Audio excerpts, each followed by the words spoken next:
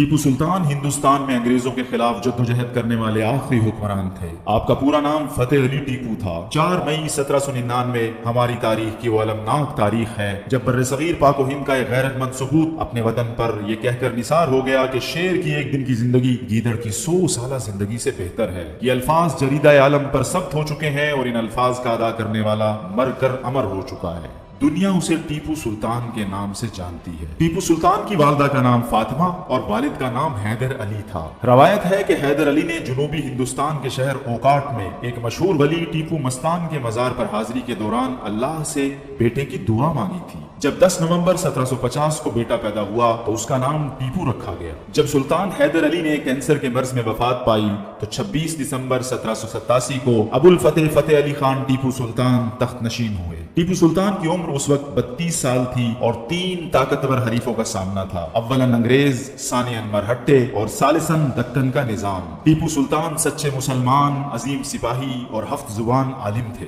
وہ ہر وقت باوضو رہتے تھے، نماز فجر کے بعد بلا ناغہ تلاوت کرتے تھے، مکروہات اور لغویات سے مکمل اجتناب کرتے تھے، اپنے شاہی فرمان کی پیشانی پر اپنے ہاتھ سے بسم اللہ لکھتے تھے۔ سلطنت کا سرکاری نام سلطنت خداداد میسور تھا۔ ایک عظیم سپاہی کی حیثیت سے وہ اپنے دور کے تمام فنون سپاہ گری مثلا شمشیر زنی، تیر اندازی، نیزہ بازی، گھڑ سواری، کشتی اور تیراکی میں مہارت رکھتے تھے۔ گھڑ سواری اور نیزہ بازی سے خصوصی شغف تھا۔ ہر جنگ میں اپنی سپاہ کے شانہ بشانہ ہوتے تھے، عالموں اور بزرگوں کی قدر کیا کرتے تھے، عربی اور فارسی زبانوں میں خاص مہارت رکھتے تھے، انگریزی اور فرانسیسی زبانیں بھی سیکھ چکے تھے۔ آپ نے اور آپ کے والد سلطان حیدر علی نے جنوبی ہند میں 50 سال تک انگریزوں کو روکے رکھا اور کئی بار انگریزی افواج کو شکست فاش دی۔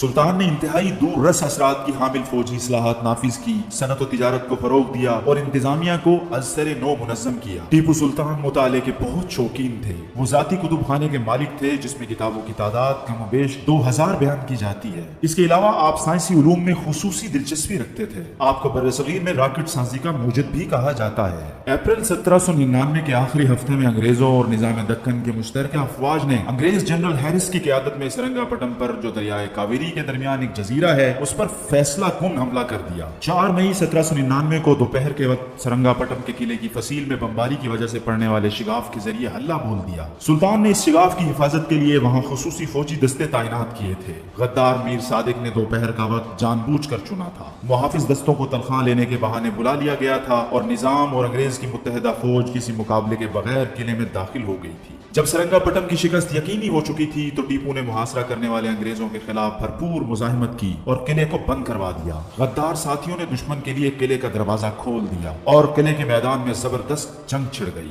بارود کے ذخیرے میں آگ لگ جانے کے باعث مزاحمت کمزور ہو گئی۔ اس موقع پر ایک فرانسیسی افسر نے ٹیپو کو بھاگ جانے اور اپنی جان بچانے کا مشورہ دیا، مگر ٹیپو راضی نہ ہوئے اور دوران جنگ سر پر گولی لگنے سے شہید ہو گئے۔ بوقت شہادت ٹیپو سلطان کی عمر محض 48 سال تھی۔ 4 مئی سے 6 مئی تک سرنگا پٹم میں لوٹ مار ہوتی رہی۔ لوٹ مار کا بیشتر حصہ فوجیوں کے ہاتھ آیا، جو بچا وہ انگلستان بھیج دیا گیا۔ 7 سمندر پار بھیجی ہوئی اس دولت میں علم کے موتی یعنی عربی، فارسی اور ہندی کے 2000 مخطوطات بھی شامل تھے، جن میں شہید سلطان کے اپنے ہاتھ سے لکھی ہوئی وہ ڈائری بھی تھی جو آج لندن کی برٹش لائبریری میں محفوظ ہے۔ 4 مئی 1799 کو سلطنت خداداد میسور کا خاتمہ ہو گیا۔ شاعر مشرق علامہ اقبال کو ٹیپو سلطان شہید سے خصوصی محبت تھی۔ 1929 میں آپ نے شہید سلطان کے مزار پر حاضری دی اور 3 گھنٹے بعد جب آپ باہر آئے تو آپ کی آنکھیں شدت جذبات سے سرخ تھیں۔ آپ نے فرمایا، ٹیپو کی عظمت کو تاریخ کبھی فراموش نہ کر سکے گی۔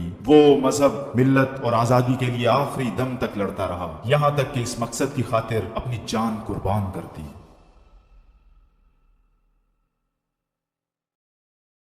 من از ریش خشک و زردم خودم را بی تو گم کردم.